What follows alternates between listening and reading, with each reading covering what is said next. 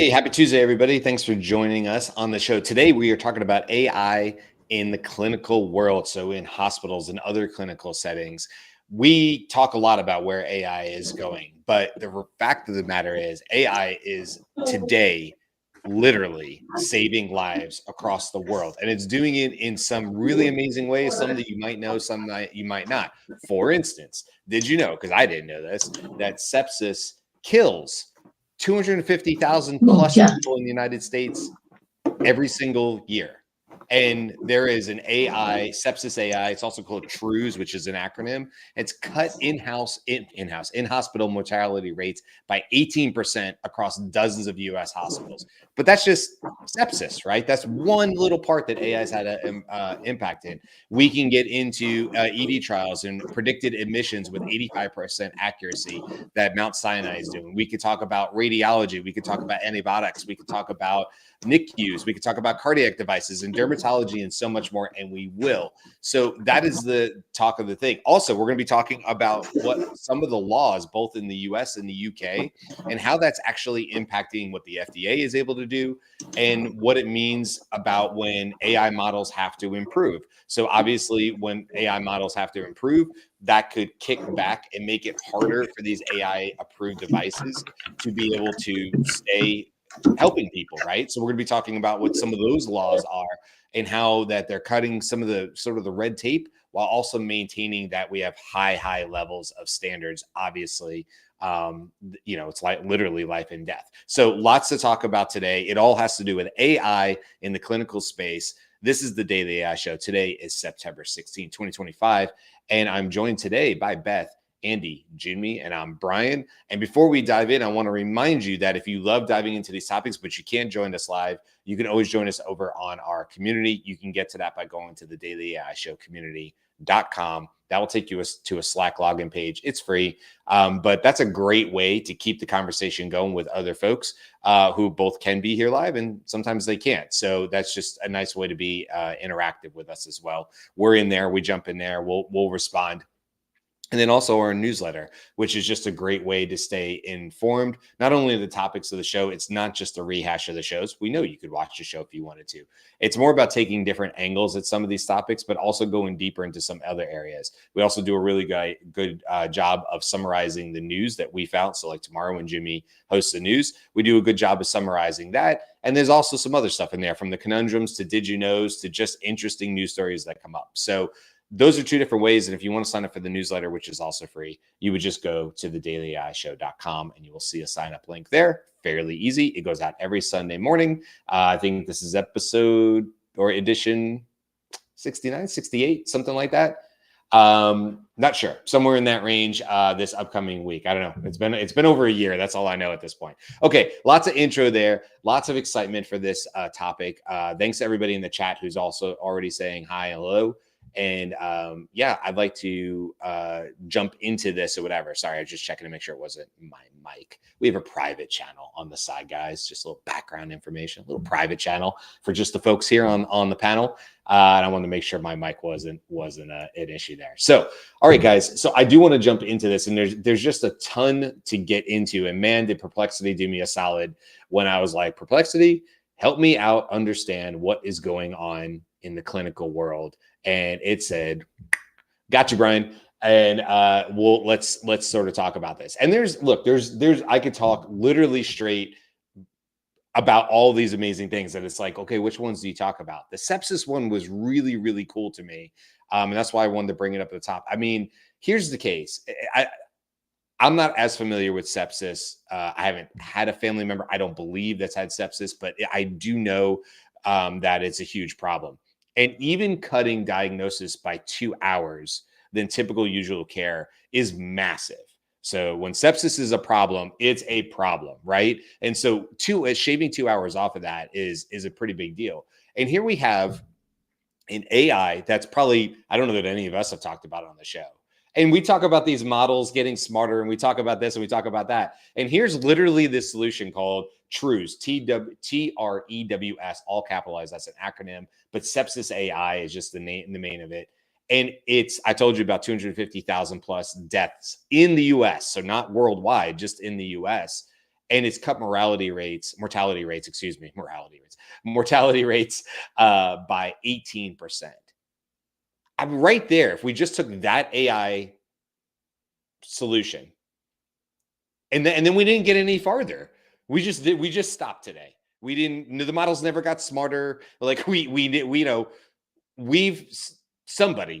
don't know what to do with it. Somebody is responsible for an AI solution that's cut mortality rates by 18% just in the United States. And that just kind of blows my mind. I think that's the fun of this show, and what I want to kick over to you guys to talk about is because it's fun to talk about what's coming. It's fun to talk about what's over the next hill. Oh, gee, what will GPT-6 be able to do? And oh, we can do this, whatever. But the reality is, in quiet hallways and in ERs and in hospitals and NICUs, these tools are being deployed. They're being tested. They're getting FDA approvals in the US and stuff like that. And they're actually making a difference today. And here's something else I'll throw in there just as a quick factoid for you guys before I throw it back to you guys. Okay, so the FDA, in fact, I can just share this screen super quick if I can find it. Give me 1 second. Okay, so artificial intelligence enabled medical devices. That's what we're talking about. I'm just going to pull this up on the screen really quick so you guys can see this. So this is the FDA, right? U.S. Food and Drug Administration, but they're the ones that are going to do the approvals. And they actually have a public, as you would imagine, website that talks about all the AI-enabled medical device lists. It's intended to identify AI-enabled medical devices that are authorized for marketing in the United States. Digital health innovators can refer to this list to gain insights into the current device landscape and regulatory expectations, which can help foster innovation and ensure public safety. This list can also provide transparency for healthcare providers and patients to clearly identify when medical devices use AI technologies. And then if you were to scroll down, you get this list that goes all the way back to, what was the last one? 95 is the first one listed on this list. Now, I went and threw this into a CSV because I could. And what I found really interesting about this was that there's roughly, they say 950. Well, there's 1,250 rows-ish. Okay. Half of that list is 2023 or newer. 94% of it, give or take, is after the date that the very popular, very important paper came out, All You Need Is Attention, which is when Transformers, this is like June of 2017, when Transformers were sort of like put on the map, right? All You Need Is Attention is going to be one of those landmark papers that goes down in history as very, very important in AI. That came out June 2017, only 8 years ago. Only 8 years ago. So 95% of all these AI medical devices have been improved in that time. And over half of all 1,200 that are on this list are just since basically ChatGPT hit the market, 2023, 2024, 2025. Just fascinating, isn't it? That we're seeing this level of innovation. It makes you wonder, if this is what's happened in the last 2 to 3 years, what does the next 3 to 4 look like? How many more lives are people going to save with AI by 2030, you know? So anyway, lots of opening from me. That was a long opening for me. I know, guys. I'll also count that I talked about the newsletter and the community, so that counts. But other than that, it's a long opening. I don't even know who to throw to, because I just get excited about this topic. But who wants to take up the mantle here and talk a little bit about clinical AI or the laws or any of that stuff? Well, so, I'll chime in really quickly. I just have a quick blurb, and that's about the PCCP. Yeah, explain what that is, please. So the PCCP is the Predetermined Change Control Plan. So based off of kind of what you already showed already about the FDA having this entire list of AI-enabled devices, but the process for to bring those devices or bring a new drug or anything like that to the FDA is a very extended process.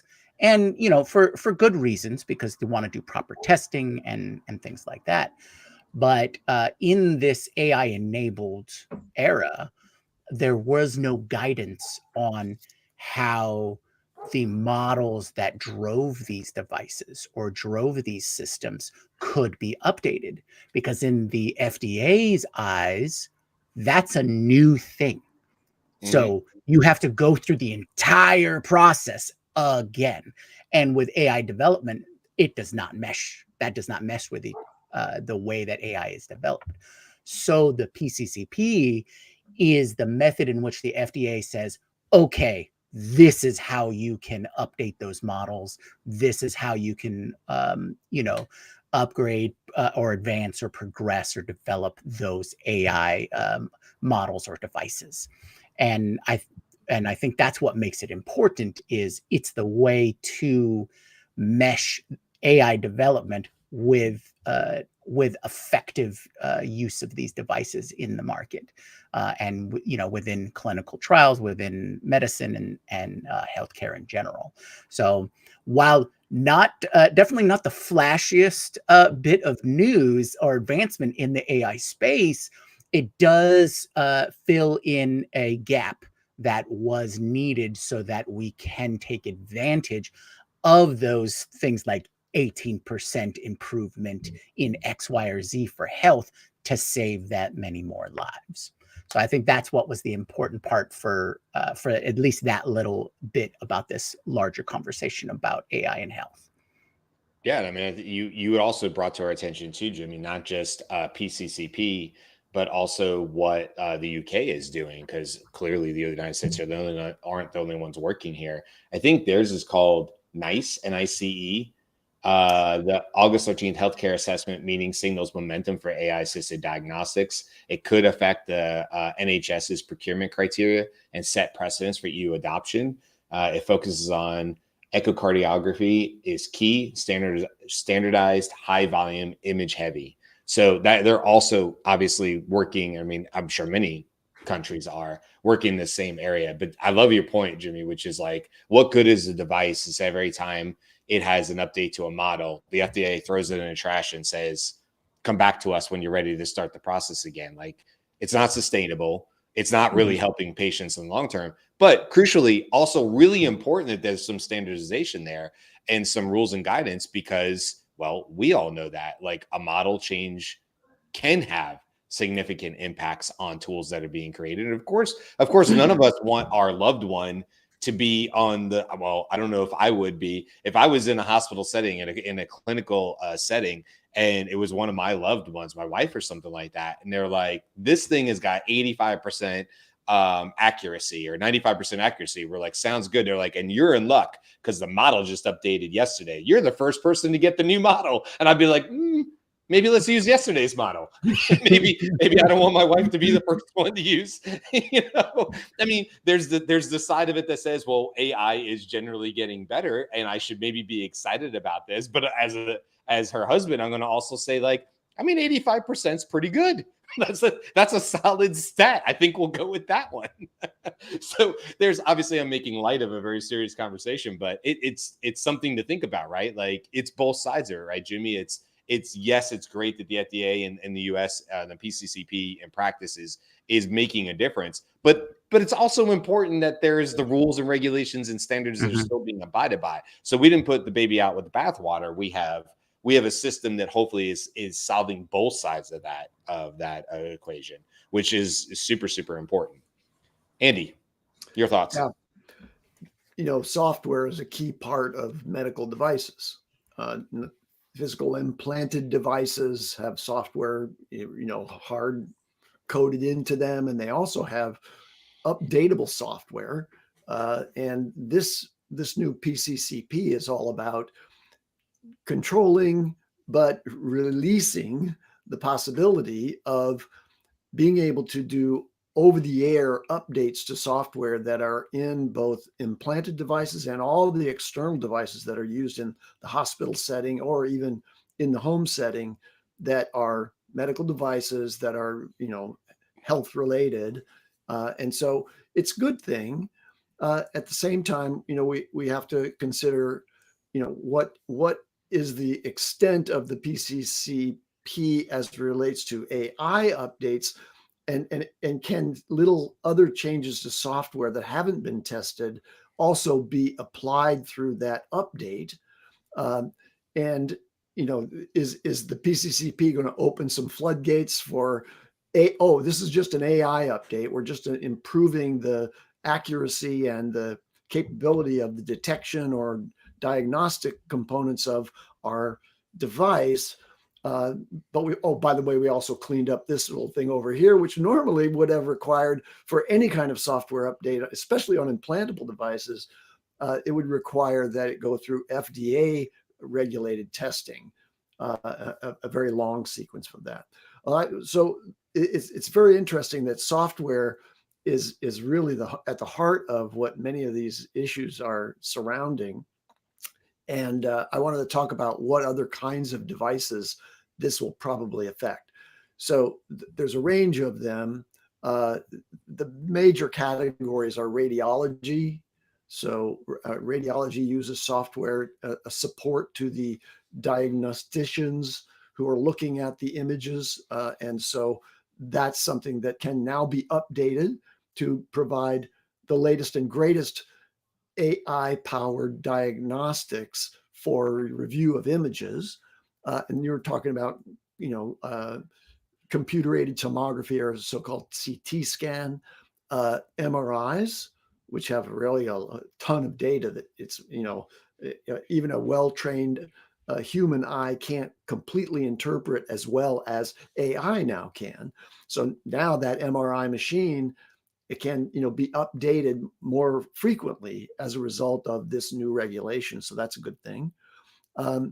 There's, in addition to radiology, there's a lot of cardiology devices, from pacemakers to EKGs, right? So when you get hooked up to all the stuff in the hospital as you present at the emergency room or elsewhere, or you're in your room, in the ICU or wherever, there's a lot of software monitoring your conditions and providing the audible alerts to the attending staff there.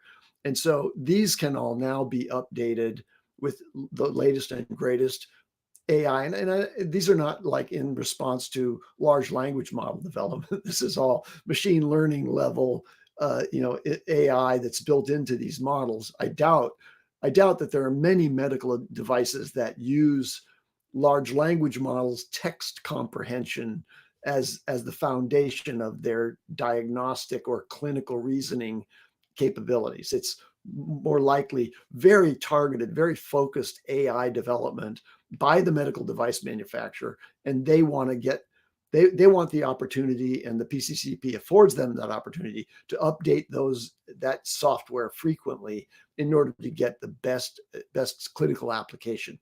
Then there's a third major class, which is neurology, and there's seizure detection systems, stroke triage platforms, and neural imaging. So PCCP helps ensure that this is regulated, but also allows for much more frequent updates on that.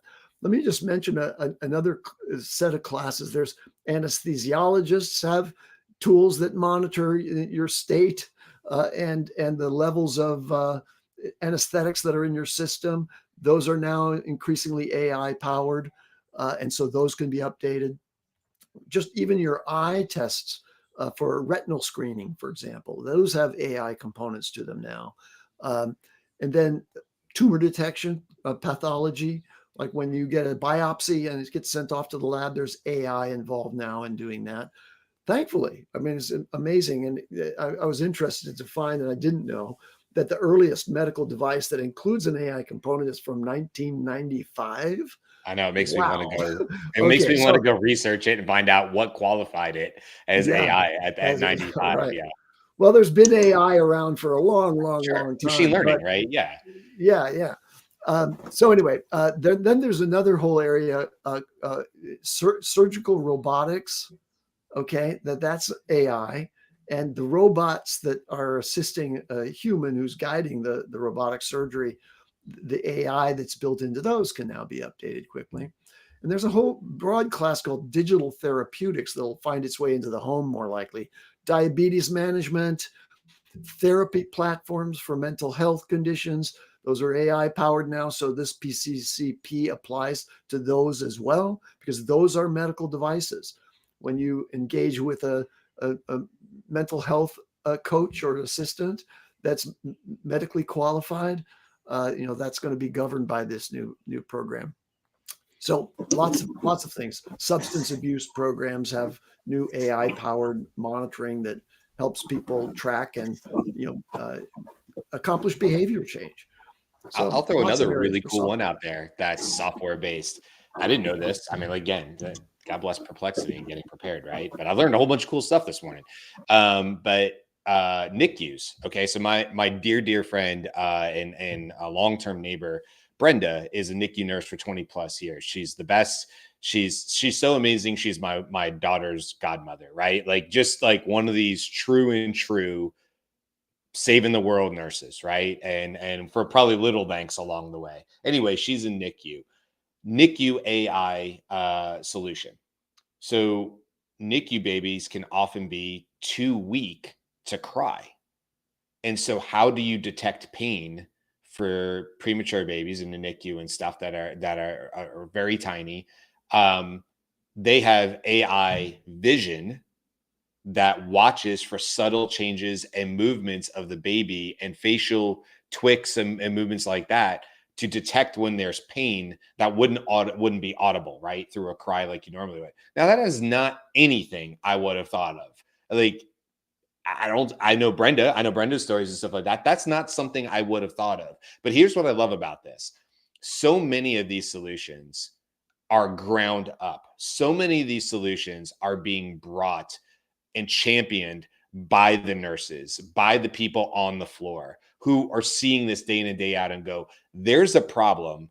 And I think AI can be part of the solution for this. Something like facial recognition for NICU. But there's so many others of them. And, you mentioned radiology, Andy. When I go back and look at this list, I sorted that list really quick by radiology. Out of the 1,200, they have a category on them. Now they have further categories, but if you just look at radiology, that's 900 of the 1,200 on that FDA list are radiology. And then exactly. Say again. And it's because of how important imaging is to diagnostics and how significantly different digital, like machine learning imaging analysis is from human eyeballs interpreting something through their human brain, right? So if I go for a mammogram every whatever, I clearly haven't because I don't know what the time period is, but let's say I go every 6 months, the radiologist can only focus on one section, right? Yeah. I mean, they can sort of do a broad overview and try to do tag the differences, but an AI system has the ability to take in everything and note things that are not visible to human detection. And that's been true. That's actually been something that has been talked about in news around that kind of time. It can also do it in a personal way, right? So my tissue might have a different density than the average tissue. And therefore, what we're looking at is total personalized thing and my own benchmarks as we're moving forward. And that, if through AI, I can move across the country or perhaps to an entirely different country and take my data with me. Now, I'm not trying to educate a new human eyeball radiologist. I have my data from the AI and I'm adding it here. So the principles are kind of the same. It's not going to be approved by the FDA in the new country, but that is part of what I think is really exciting as we're moving forward. The thing that isn't a part of this that I'm really excited about too is that personalized piece. My father had a really low resting heart rate, totally normal for him. And because when he had his pacemaker put in, they were adjusting it based on like across the board adjustments, right? He was like, this feels horrible, right? Like my heart is racing the entire time that I am wearing this. And that wasn't something that was caught for a couple reasons for a little while, right? So like they're trying to, we'll give you anxiety stuff. You must just be freaked out that we put something near your heart. And so those kinds of things, I think if you can take your health data with you as you both go back and forth with your regular people and as you move on to some new people, we start to get really clear we start to get really clear and consistent care, I think, if the humans using this are willing to go with that. And I think that's just like exciting for everyone. Yeah, it's That's got to my be big thing. exciting I mean, look, it would be exciting for me. I know you think I'm going to give you a firefighter story, but I'm not. I'm going to swerve and give you an ambulance story, which is really the same thing as a firefighter story, but I'm going to give it to you anyway. Look, I was in a purely reactionary job, right? The reason I say ambulance is because we were fire and rescue. And for the first 2 years of being a firefighter, I did much less firefighting and a whole lot more ambulance, right? That's where I was, as a rookie, allowed to be. Let's just put it that way. So I went on, I don't know, hundreds and hundreds and hundreds of medical calls. Everything from I have a toothache at 3 a.m. because somebody was lonely. And you'd be like, but there's 9 cars in the driveway. Couldn't have anybody, but they call the ambulance, to obviously very, very serious things, from cardiac arrest to all sorts of stuff. Like I worked in a active area. So we had lots of stabbings and shootings and drug overdoses and fun stuff. Made my job interesting, to say the least. But of course, I'm getting there, and vitals. Like, you have vitals, and you try to gather as much information you can about the scene and what happened and all the stuff in order to make educated guesses on and stuff. And I'm not saying this is a tomorrow thing. But at some point, with patient consent, there will be a way for even EMS on an early scene to be able to grab really important historical vitals that are going to be important to that patient. And again, I'm not suggesting that anybody have to give up this information without their consent, but I have to get patient consent anyway to do things, right? Like, I have to ask if I can touch you and stuff like that. And we would use the back of our hands for good reasons, decency reasons, stuff like that. But also, you have to do your job, right? Sometimes you got to cut the clothes off. Sometimes you gotta expose skin. Sometimes that's in a public place, and you got to do it the best you can, right? There's a whole bunch of patient consent as much as well. And then there's informed consent, and then there's like implied, when they're not able to give you consent. Then it's a life-saving issue, and of course you have to jump in. That's just in the emergency situation. But now I'll take it one farther. I used to, from time to time, I worked in the Atlanta area. I worked for DeKalb County Fire Rescue, which is Atlanta adjacent. And so we would go into Grady. And Grady is a level 1 trauma center. Like, I always said with Grady, if you had the common cough, you didn't want to go to Grady. They would forget you in the hallway. But if you had a serious accident or something like that, you 100% wanted to go to Grady, because there was nobody better in trauma. And when I would roll in with the stretcher, they had trauma room 1 and trauma room 2.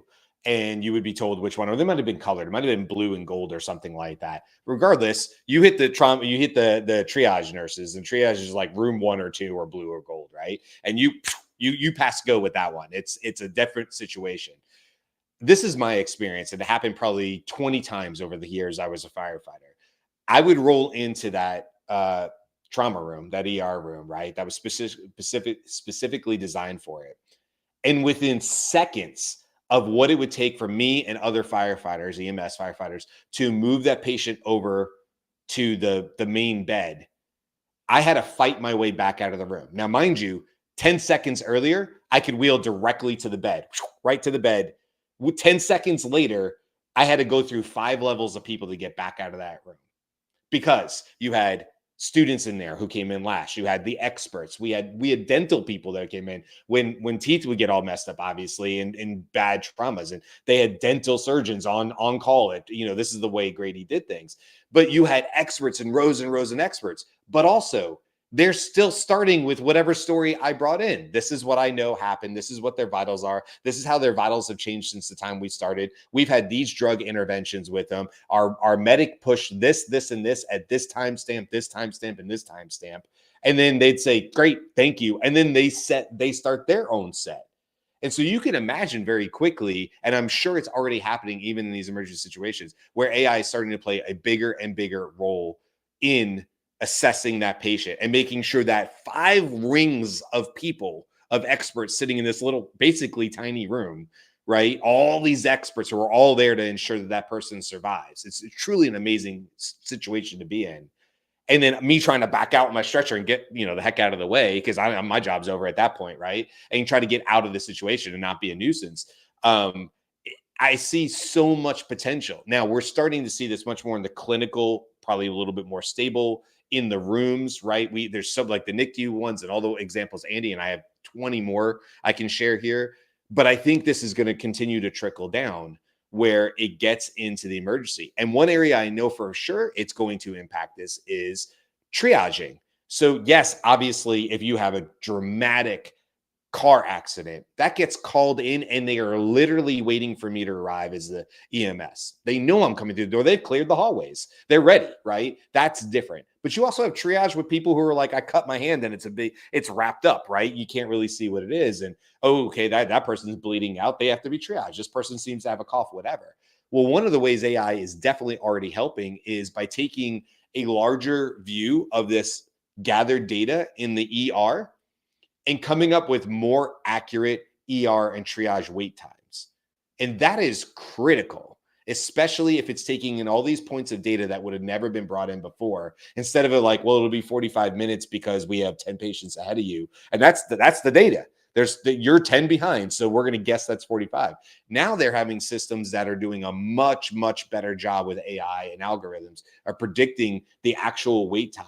And what that means is if you go back one step to EMS, that tells me busy hospitals versus non-busy hospitals and which way we might want to go with that patient in order to get them better care. Because if Grady is slammed, I might need to go to the next best hospital. It might be in that patient's best interest to do that if there's no availability. And you can imagine mass casualty incidents where hospitals become overwhelmed immediately, right? So now it's about where do you go?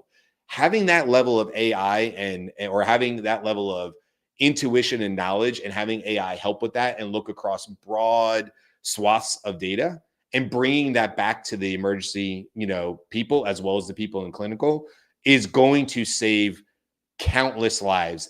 And it probably already has in ways that just aren't as public. And that's really, really impressive to me that we have a technology that's been around for a while through machine learning. Obviously, as Andy pointed out, there's the device from 95 that had some sort of machine learning in it and is qualified as AI. But just in the last 2 to 3 years, because of 8 years, because of Transformers, 2 or 3 years because of the language models and their improvements there, and everything that's happened since we started doing this show is translating to legit lives being saved. I don't know that we have another example of where AI has had this kind of impact. I mean, we talk about education, we talk about, all these other areas that, AI and smart cars and all that stuff. But when it comes down to brass tacks, where else is AI having this type of impact on the world? I don't know. You guys can tell me. I'm not sure that I know another area where it's having this kind of impact. Yeah, I think in terms of impact, I think you're right. This is very immediate results, and that increases the impact it has on us. We know these terrible accidents or incidents happen, and then we see the result of this was implemented and lives are saved. If we want to expand out on that, just the idea of where AI is improving lives in general, I think another big impact is agriculture.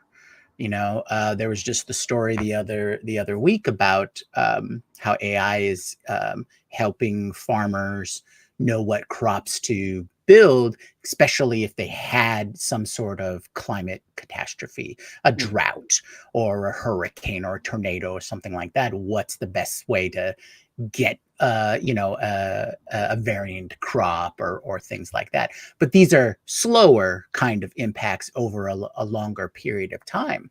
But I think for me anyways, it seems to be the trend of this is helpful. This provides us insight we didn't have before, and it informs our own decisions on how to move forward. And I think that might be the overall key benefit of AI in these various aspects.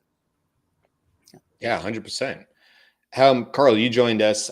So we actually have 5 of us, only missing Aaron when he's able to make it. But Carl, since you're here, we're sort of taking a broad stroke. We're looking at AI and how does it impact clinical, hospital settings, clinical settings, more stable settings. It doesn't necessarily have to be ER, NICUs. But then even like Andy was bringing up radiology and these other areas, do you have any of news or stories or anything like you've seen or anything that's personal where you've seen AI sort of have an impact on the medical, clinical side, the medical side as well? Because we're really just sort of highlighting how AI is quite literally protecting or saving lives today versus it being, oh, this is some future state of AI. Not so much on necessarily the saving lives aspect, but more so in the administrative stuff that a lot of healthcare professionals and doctors do. So for example, one of our clients, doctor friend of mine, so there's a lot of when you meet a patient, you usually have to write notes, right? And then meet a patient, write notes, present your report. So one of the things we did is set up very, very simple automation for him.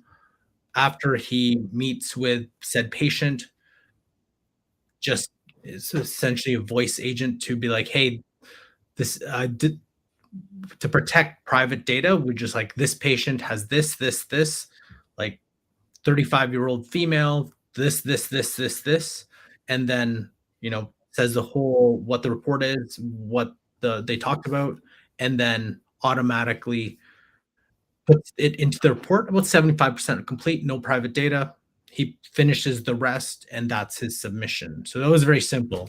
Now I know we had a prospect, probably need to do a follow-up, but they were telling me about how a lot of the okay,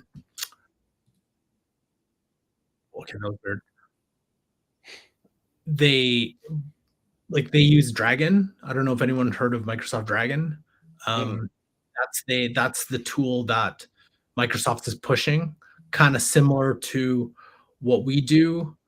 There's another tool too. I forgot what was the tool's called that a lot of healthcare, like a lot of nonprofit clinics use to do exactly that. You still need consent from the patient to access, essentially the meeting. The person has to consent, and the entire thing is recorded, and then the notes and all that kind of stuff is put into it. The one thing so that's the one aspect. There is a client of ours. What they do is more preventative health. So all the doctor's data, all the medical records from your Apple Watch, all those things are put into their system. And now this is a private clinic though. So I think patients pay quite a lot of money in this clinic. We're costing $30,000-$40,000 a year. But what you get is all your data gives you essentially preventative health data. So it's you have a percentage chance to get this, and this in the next 10 to 15 years because of these reasons. And I think it was 2 people out of Israel who built the model based on data collected from various parts of the world. And that's using to feed into this preventative health thing. So patients get a readout. It's in 10 to 15 years, this is your likelihood of getting this. This is the recommendation to improve your lifestyle or something like that. So that's another piece. I think that is really important. I'm curious why Health Canada in Canada doesn't, that should be everybody's. The amount of, if you just purely look at economic perspective, how much that will save you in the long run based on all the people is sure, right? If you prevent people down the road based on this, the readout and stuff, and change their life early, 10, 15 years earlier than what happens, the stress on the healthcare system is less, and I think it's better long term. So yeah, those are the things that that kind of we're involved with and come to mind. I mean, what you're calling out that I love is that I just realized this is going to sound like I'm demeaning what 0 to 60 did. I don't mean it like this. What I mean is you were able to go make a direct impact with a client of yours who had a private, facility or whatever the case is, or whatever that individual is. But those things add up. And these don't have to be, in some cases, AI doesn't have to be part of, 3-year trials or whatever. Sometimes we can just go in and listen to, like any consultant, we would go in and listen to what they're saying or their pain points and just find solutions that are helping them. And if it's helping them, it's helping their patients. And it's in some way, percentage wise, helping across the entire landscape, because if they're able to see more patients depending public, private, all that stuff makes a difference. But my point is, you're proving that these don't have to be highly complex and complicated, AI solutions. Some of them are. Some of their software and medical devices are millions of dollars investments by people and years to evolve and all these things. And sometimes you can just solve a physician or a nurse's problem, or other healthcare, workers' problem with the tools that we already have today, by just simply going in and asking the right questions, understanding where they're hitting roadblocks, and then saying, this is how we would solve that for you based on what you're telling us. And I think that's honestly pretty amazing, because it just shows the whole range of where AI can be impactful, And not like, it's more of the doctor can see an extra 2 to 3 patients a day. That does make a difference. Sure. Ideally for him, it's like, the more I can see, the more money I make as well. It's like, because it can feel a little bit more. But yeah, it's those kind of things. And I think, the more complex stuff, I get it. You need the trial and what healthcare and the health industry, especially governed I know in Canada, governed by the College of Physicians and Surgeons, usually in each province, very regulated, very highly, very, very risk averse, and very territorial, like very territorial. Each health region, it's like not even the doctors, they're all like trying to, I don't know, like, this is my empire, don't mess with it kind of deal. And AI is sort of like, that's going to mess with my empire kind of thing. So there's a lot of bashing heads between administrators, health administrators, and doctors as well. And then, but even if you get outside of the major cities, when you get into rural areas, this is where it really makes a difference, because they don't get the money, but also the doctors go out to those areas for the lifestyle too. So it isn't just like they're not working whatever hours. They also, there's a reason why you go to a place like Roslyn or Trail. You have skiing, mountain biking, like the lifestyle there, being a doctor there, it's kind of like being like, it's amazing life for you. So it's like, but how do you bring AI to those places where it's very difficult to, because it's like, I'm just going to do whatever I've always done. And that's it. Like, how do you make them more efficient and those kinds of, because I hear them, they're like, we hear it's coming, but they're not like really invested in it. It's like, we've been doing this for so many years, it works, it's whatever. Yeah, exactly. Well, I mean, look, change management, especially in AI, when you have people who are deeply entrenched in the way they've done things, and like not to get sidetracked, because I want to just share a few other success stories, as I said I was going to before we wrap up. But I see this with clients all the time, with consultants, or Jake, my CEO, will be talking to people, and I'll be on the call, and you hear it in them. They're like, "Wow, we've kind of done it this way, that way in sales or whatever." And this is just sales as an example. And then Jake or myself would be like, "The issue is, you're still thinking about how does AI transform the thing you've been doing for 20 years. And what we're trying to get you to understand, as we were talking on the show yesterday, this came up.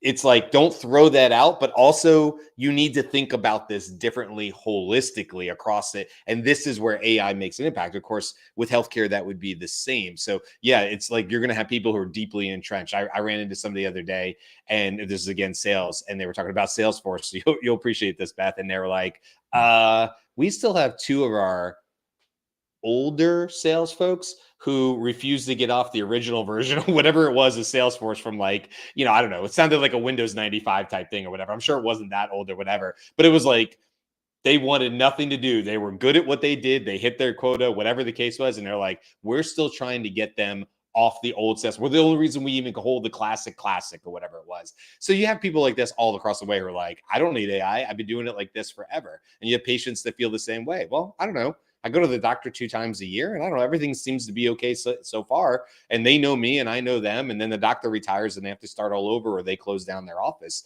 and they have to start all over. And then they truly feel the pain of not having that generational knowledge that doctor might have, gained over time. And then what do? Pass along a couple of, reports or something like that. And all of a sudden that's supposed to bridge that gap. Well, AI, I think, really does make it easier to do that. All right, I'm going to bring this on screen really quick. We don't probably have time to go and read all of these, but I just want to, I had Perplexity break this up by areas. So in the emergency departments, we sort of talked about Mount Sinai, the admission prediction, 85% accurate versus 81% from nurses, predicting hours earlier. We have a Northwestern AI radiology, generates 95 complete X-ray CT reports, doubles radiologist efficiency. And then we have ones about wait time in there. We have Yale working on things in the NICU. We have the USF. That's the one I talked about. So my local college right here, USF. AI detects pain in newborns too weak to cry using sensors and cameras. We have University of Florida, which is only about 2 hours north of me, have a Milk Plus program. That's an acronym. Predicts insufficient breast milk production for proactive support. And then you have one about TPN 2.0 nutrition. My wife would definitely know more about that, is what she does as a dietitian. Then we have the sepsis one. We talked about that. We have cardiac ICU, a Biomed Smart Assist, FDA approved AI for heart pump device management. InDetector app identifies heart device inefficiencies with 93.7% accuracy. Then we have mental health, which I think, Andy, you brought up. Dartmouth AI therapy chatbot. First clinical trial shows benefits comparable to traditional therapy. Technostress research. That was the converse part of it. AI implementation correlates with increased anxiety, depression. So that's actually one area where AI could be actually adding to anxiety in other areas. And it's something people will have to, continue to research. It's not always, rainbows and roses, right? Rainbows and sunshine. So there might be areas where bringing AI into the fold may actually have a negative impact. And so something there. Surgery, AI enhanced robotics. We haven't even talked about robotics, on this show, but 25% faster operations, 30% fewer complications, 40% better precision. John Hopkins robot, first autonomous gallbladder surgery phase without human help. I remember my dad having his gallbladder out when I was younger, probably in his 40s, and remembering what that was like and his recovery from that. Dermatology, we sort of talked about a little bit. So deep learning models, 91% sensitivity, 94% specificity for melanoma detection. Andy, you mentioned eyes. So eye alert screening, FDA cleared, tested on 500,000 plus patients for diabetic retinopathy. I hope I said that right. Took a shot at that one. We have pathology. This is the ASCO 2025 findings. AI improves HER2 diagnostic agreement from 73.5% to 86.4%. I can tell you I became all too familiar when my mom had her battles with cancer with HER2. That is one of those terms you've never heard in your life, and then all of a sudden you start hearing it a lot. And my mom battled cancer twice, and she lost the battle the second time around in 2008. But I absolutely remember hearing about HER2 at that time. And then we have drug discoveries, and then we have regulations. So we've sort of talked about this before, about what different countries and FDA and others are doing to help with not only approving and maintaining, but as Jimmy pointed out and Andy pointed out about the PCCP, and how they're ensuring that as these devices need updates in software, that they're able to get that. And last thing I want to just point out before we wrap up, or unless anybody else has anything, is I just want to call out Rebecca Love, who's a friend of the show, a friend of mine. She's an amazing, amazing person. In fact, she did one of our few at this point, because we never really kept going with the interviews, but we had her on for an interview. You can go back and check out that thing. But the reason I mentioned it is because for the last 9 months, she's worked for this company, Quadrivia AI. And if you go over to Quadrivia, what they do, this is not just type 2 diabetes. This was one example, but basically it's a very intelligent chatbot it's making it possible for both clinicians as well as patients to have conversations. And it's doing its best as like an assistant to help that clinician or otherwise figure out best paths of care. If it's talking to the patient as a follow-up, as is in this example. But if I go back one, you can actually see there's all sorts of different use cases. So just wanted to call them out only because Rebecca works there and she's the leading AI nurse advisor officer there. And let me just make sure I get her name. Chief Clinical Officer. No. Anyway, I was going to get her title here really quick. Yeah, Chief Clinical Officer. I just want to make sure I was saying it correctly. So lots and lots of good going, happening out there. I think this is a fun show to do because it just highlights, truthfully, all the good that people are doing out there. I love that a lot of this is grassroots, that the nurses, the people on the floor, the people that are, working in 12-hour shifts, a lot of times they're the ones that are coming up with these ideas. And I think we need to continue to celebrate that. We don't want this top down, some corporation deciding what the nurses need or vice versa. We want it coming from the nurses and the people who are there interacting with in the clinics with the patients, having a say in what some of these AI solutions are. And I know Rebecca's obviously working very hard on that. Okay, tomorrow news. Jimmy will be hosting that Thursday. Tomorrow's Wednesday. Thursday, we're going to be talking about a tool, Higgsfield AI, or a website, I guess. It's not really a tool. We're going to be talking about not only Nano Banana, but also like Kling and how you put those two together. But because when you're able to create consistent characters with Nano Banana and you add that to a start and end frame with Kling, it kind of unlocks this weird like superset of what you can do. And Higgsfield AI is one of the main websites people have been going to, as well as OpenArt and others. But we're going to spend some time just talking about what we love, what we've played around with Higgsfield, showing you guys some examples, some of the ones we like from people like Matt Wolf and others that we just generally find really, really interesting. And then Friday, we're going to have a recap show where we go back and it's sort of the, hey, squirrel, whatever the top AI conversation of the day is. That one's always fun because it kind of goes wherever it goes. And so we might cover 5, 6, 7 topics on Friday's show. We may talk about previous shows over the last 2 weeks. It's sort of a grab bag, but it always makes for a really fun conversation. So that's it for me. Anything else, guys, before we go? That's it. All right, Jimmy, take us out. Aloha.